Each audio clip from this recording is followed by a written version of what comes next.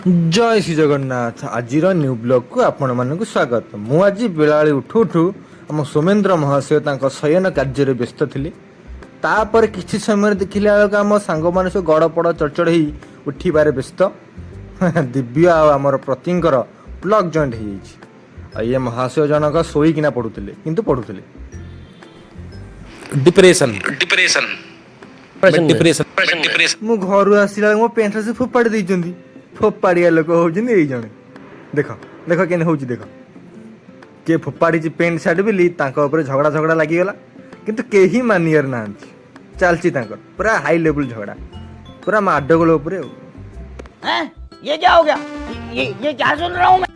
हम रमेश अंकल तांको झगड़ा देखिबार कैसे कैसे लोग रहते हैं यार यहाँ पर। जदि आज ब्लॉग आपन को भल लगी था तो निश्चित भाव लाइक शेयर कमेंट सब्सक्राइब करने को भूलिबेन। जय जगन्नाथ।